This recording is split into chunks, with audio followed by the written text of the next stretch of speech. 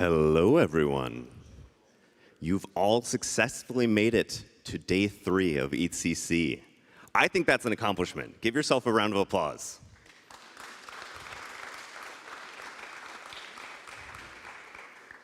Awesome. So today, I'm here talking a little bit about the future of DeFi and Chainlink. And to kick things off, I want to go back. I want to go back in time, a long time ago, to around 2005. Was anyone not even in existence in 2005? That was quite a long time ago at this point. All right, a couple people here.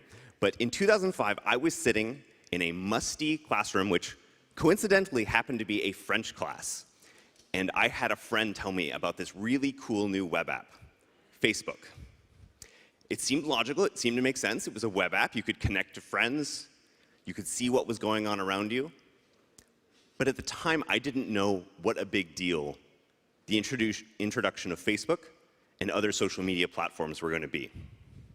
We were sitting at this nexus, this change point in human history that was going to fundamentally change how human beings connected and worked together. Fast forward to 2022, social media is dominating human attention. We've got examples like TikTok, Instagram, Twitter, hundreds and hundreds more. And if you look at the usage numbers on these, they blow the mind. TikTok has 1 billion monthly active users. Right? There's about 8 billion people on this planet, and 1 billion people use TikTok every single month. And they don't just use it a little bit. The average time for a user on TikTok is 94 minutes a day. Think about that. 94 minutes every day on average for 1 billion people. The way that we connect to each other, the way that we consume content online has fundamentally changed since that early introduction of social media way back in 2005. And obviously, there's other examples. I'm just focusing on the major ones. And so if you look at what that meant for human society, social media created a world connected by digital content. So we had a very important moment in human history in 2005, and I think we're on the cusp of another huge transformation in human society. When you look at blockchain and when you look at DeFi, this is technology that once it exists, you can't go back. Right? There's no way to get rid of social media. Social media will always exist in some form, with it the good and the bad. And I think it's up to all of us to think about that future that we're creating with blockchain technology and DeFi, and think about how can we encourage the good and try and limit the bad. Because as we look at the world in 2022, and if you look at what Chainlink is trying to do, we're trying to create a world powered by cryptographic truth. So we're at another of these nexuses in human society where we think we can create a better world. And in many ways, it's a world that we can't go back from, and so we should all work together to make it as wonderful and as amazing for humans as possible. My name is Fluin, and I'm head of developer relations for Chainlink Labs, and I have one of the best jobs on the planet.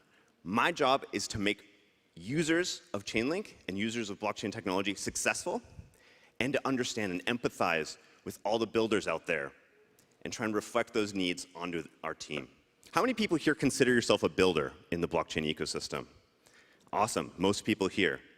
So we're all required to work together here during my talk and throughout the future in order to try and create this amazing future that we all think can exist.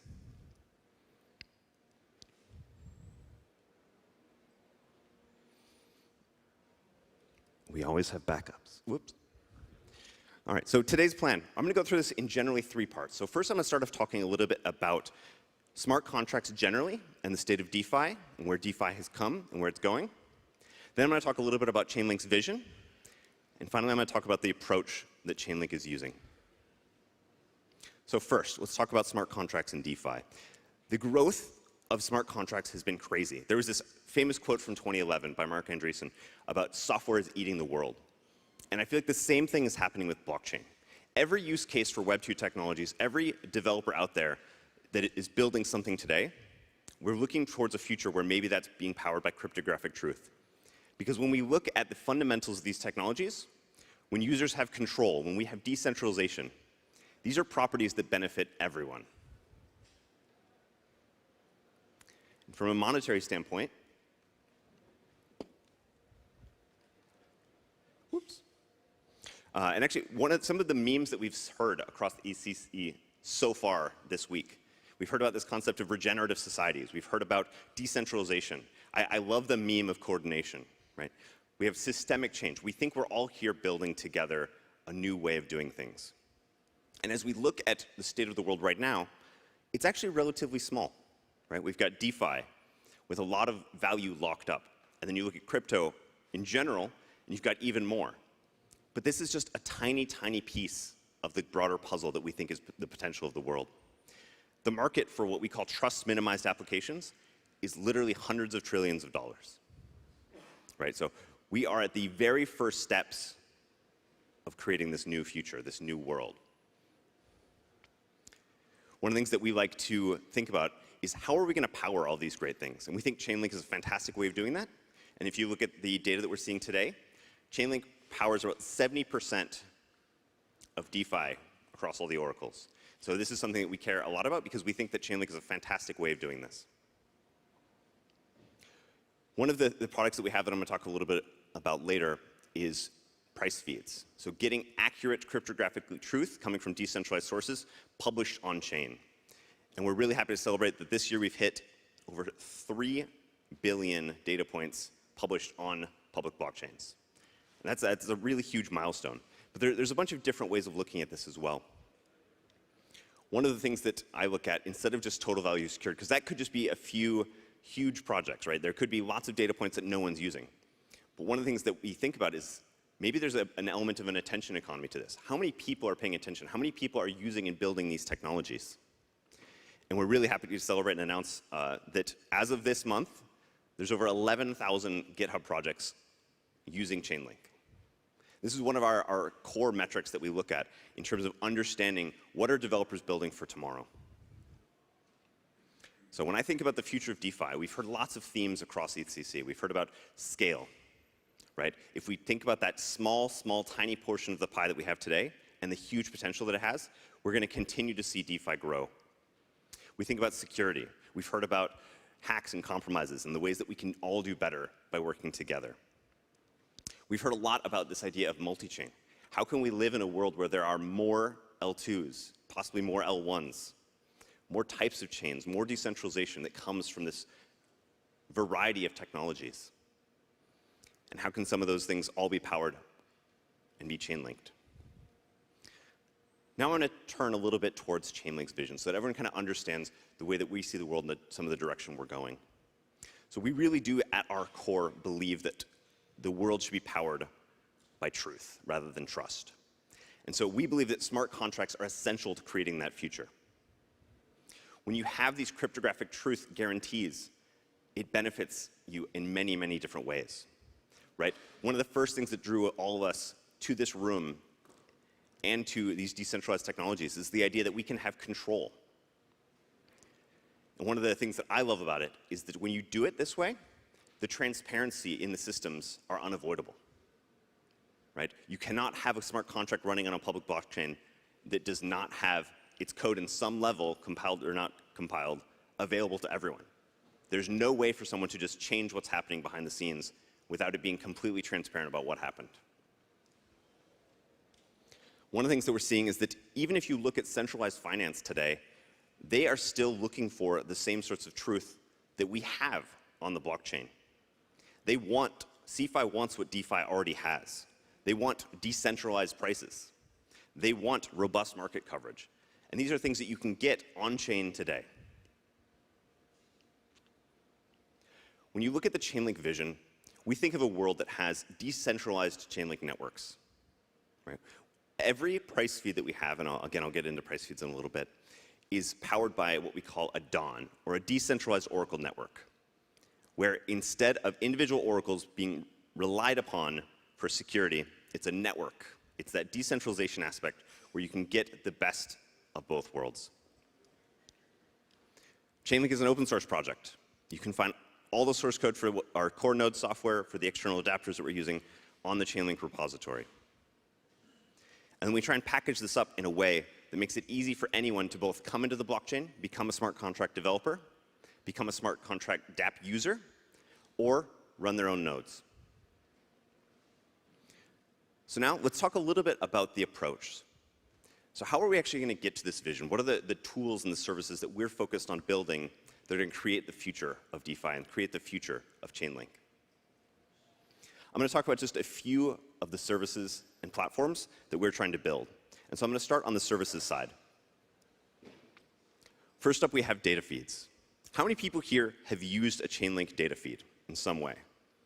Wow, again, most of the audience. So for those of you who didn't raise your hand, effectively what Chainlink has done is we've enabled a ton of decentralized Oracle networks, over 900 networks at this point, to be collecting data from various independent sources and then coming together to create a consensus around that data and publishing that data on chain.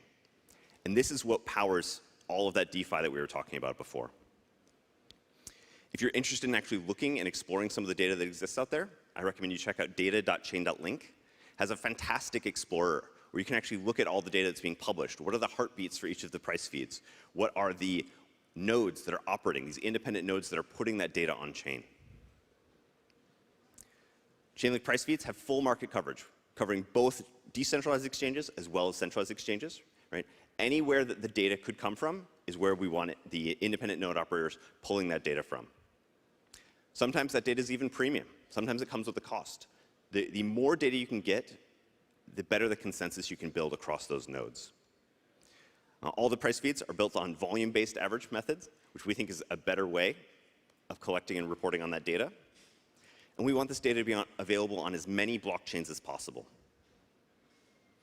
One of the offshoots that you're going to see of price feeds that's actually identical from a smart contract developer consumer standpoint is called proof of reserve. If you haven't heard of proof of reserve, it's actually a really cool thing. It combines, again, on-chain and off-chain data in a way that can give you an understanding of the reserves of a DAO, of an organization, that's really focused on security, reliability, and compatibility. Chainlink VRF is another fantastic service powered by Chainlink nodes. So if you haven't heard of VRF, it's verifiable random function. It's a source of randomness on-chain that is more secure, and it's actually resilient against MEV attacks. So if you think about a naive implementation using something like a block hash, randomness isn't truly random in a deterministic environment like blockchains. And so other smart contracts, if you're doing it in the default way that a lot of developers think about when they first start doing this, they can make mistakes. And the results of the randomness can be predicted by smart contract developers, by miners, by validators, and this ends up becoming a big problem. And so by using VRF to get randomness, you can make sure that you have numbers that are actually random in a verifiable way. There's lots and lots of use cases for VRF. You can probably think of a few. But a few that we see a lot of teams using are things like selecting lottery winners, creating random traits in dynamic NFTs. We're going to see more and more use of VRF over time as people want to build creative applications where every user's experience is differentiated in a way that is meaningful. Another service that's worth mentioning is Chainlink Keepers. So you can think of Chainlink Keepers as automation for your smart contracts.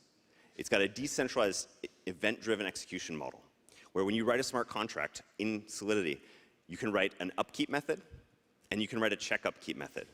And the magic here is that you can actually run that check upkeep to determine whether or not your contract needs to be activated. You can run that off-chain. And so that check can be run every block without incurring any sort of gas cost. And this is kind of a magical hybrid of being able to do things off-chain in a way that's verifiable. Everyone can execute that method and see what the results are, so you know that it's correct. But then you can bring the results of that computation on-chain and re-verify it all programmatically. So you've got a smart contract development team. They take their smart contracts, and they add two simple methods, and then register it on a decentralized Oracle network called the Keeper network, and that automates all the smart contracts. One of the things that we've seen is that Keepers has been really critical for this next stage of DeFi. Because whenever you need to be reactive to what's happening on the blockchain, that is not a native functionality of the blockchain. There's no way to say, when this variable hits this value, do this, right? You have to have something off-chain doing that. And you can do it yourself, centrally, but then you're not doing things in a provable way. You're not doing things in a trust-minimized way. whereas Keepers uses this decentralized Oracle network in order to perform that automation. Whether it's liquidations, rebalancing, compounding, limit orders, all of these things cannot be done natively on-chain, and so you need a tool like Keepers. I was sitting with my team a few weeks ago, because one of the things we love doing is we love looking at all of the hackathon projects that come out. And what we do is we look at where is the innovation coming from in our industry? What is the next generation of dApps that are going to be built? And so we have these meetings every time we run a hackathon, because we get hundreds and hundreds of projects that are trying to kind of change the world. And we look at what are the things that they care about? What are the things that they are trying to accomplish? And we look at Chainlink's current services and products, and we look at Chainlink's platform, and we say, how can we continue to make this better? And so one of the things that we see is that a ton of people love the platform aspect of Chainlink. Right? You do not have to rely on the decentralized Oracle networks that exist today. You can build your own. And one of the ways that a lot of people think about doing this is connecting to existing Web 2 applications. We call this any API, or the request model. So you can operate a Chainlink node, or have a group of people, independent operators, operate Chainlink nodes, and you can make requests out to the Web 2 world. And this is powerful because this is really kind of the fundamental vision of Chainlink from my perspective. This idea that you can connect to any data that exists on the internet and bring it back on-chain where you need it to perform these decentralized operations, to build these decentralized applications. And it actually goes one step further than that. So in addition to just standard Web 2 APIs, our node software actually supports something called external adapters, where you can write any arbitrary code in a Turing-complete environment, and that code can be executed by a Chainlink node, and then bring that data on-chain, pull data off-chain, put it somewhere else, using these decentralized and trust-minimized principles. So let's just talk briefly about Chainlink's future. I think if we look towards the future that we're trying to create, we want more cryptographic truth for everyone. Right? We talked about how today DeFi in crypto is a small portion of the digital agreements. But every digital agreement that exists can be enriched by this concept of cryptographic truth. We've announced in the past, we've announced staking is coming. We've announced the roadmap for V01. We've announced a 1.0, a 2.0, things like that. So if you're interested in that, definitely take a look. We have some great blog posts on that. In the past, we've also announced our cross-chain interoperability protocol, so CCIP. And this is one of the things that we see as we move into this multi-chain world, is you need rock-solid message passing. You need the rock-solid infrastructure that's going to power the way that you can operate smart contracts across chains. And there's a lot of things that I'm excited about that I can't even talk about today. But one of the things I want to do is I want to put this out onto all of you. What are the tools that you need? Because we're listening. We care about solving problems for developers, both developers that exist in blockchain today, as well as Web 2 developers that are thinking about how can I build more decentralized applications? How can I give users control and privacy back? How can I make my application more trust minimized so that we get these experiences that we all know are going to be powering the future? So the thing you should be remembering about Chainlink is this vision that we have that I think is shared by a lot of people here, that we want to create a world powered by cryptographic truth. So if this is interesting to you, let's talk a little bit about what you should be doing, because it can't all be on us, right? Everyone has to cooperate here. One of the examples that is particularly relevant to DeFi is that we've actually created a GitHub repository called DeFi Minimal. This is a set of sample contracts that can give you a kickstart if you're trying to get into DeFi. If you thought, hey, I see all these great protocols out there that are solving cool problems in DeFi, we want to give you a kickstart that helps you do that. And so we've got things like staking. We've got things like swaps. We think that these code samples, the easier we can make this process and the more excited we can get everyone about building new DeFi applications, the more successful we're all going to be. Another way that everyone can get involved is we actually have a booth right outside. So obviously, come and talk to us. If you have questions, if you have ideas, we want to hear, because one of the things that I fundamentally believe is that none of us can create the future on our own. We have to work together. I'll just cover two more quick ways of getting involved. We have our own conference that we're running in September in New York, as well as online. called SmartCon. So we've run SmartCon the last couple of years, but this is the first time it's going to be in person. And we've set a goal and set a bar for SmartCon that everyone walks home from the event every day with something that they can go try, something they can go do. Because that's the essence, is not just thinking about this idea of the future, not just talking about it. Let's go and build something. Let's go and connect something, because that's where the real value is created. Additionally, if you like any of these principles, or you didn't raise your hand when I asked who was a builder, we actually run a very, very successful hackathon twice a year. So generally, it's in the spring and the fall. So sometime around September, October, we're going to be kicking off our fall hackathon. And we would love to have everyone here. We generally have hundreds of thousands of dollars as prizes, and hundreds of teams end up getting formed and actually successfully submitting projects at the end. And all of this is done public. And I love just going through the projects and seeing where the industry is going. Thank you so much, everyone. Have a great time.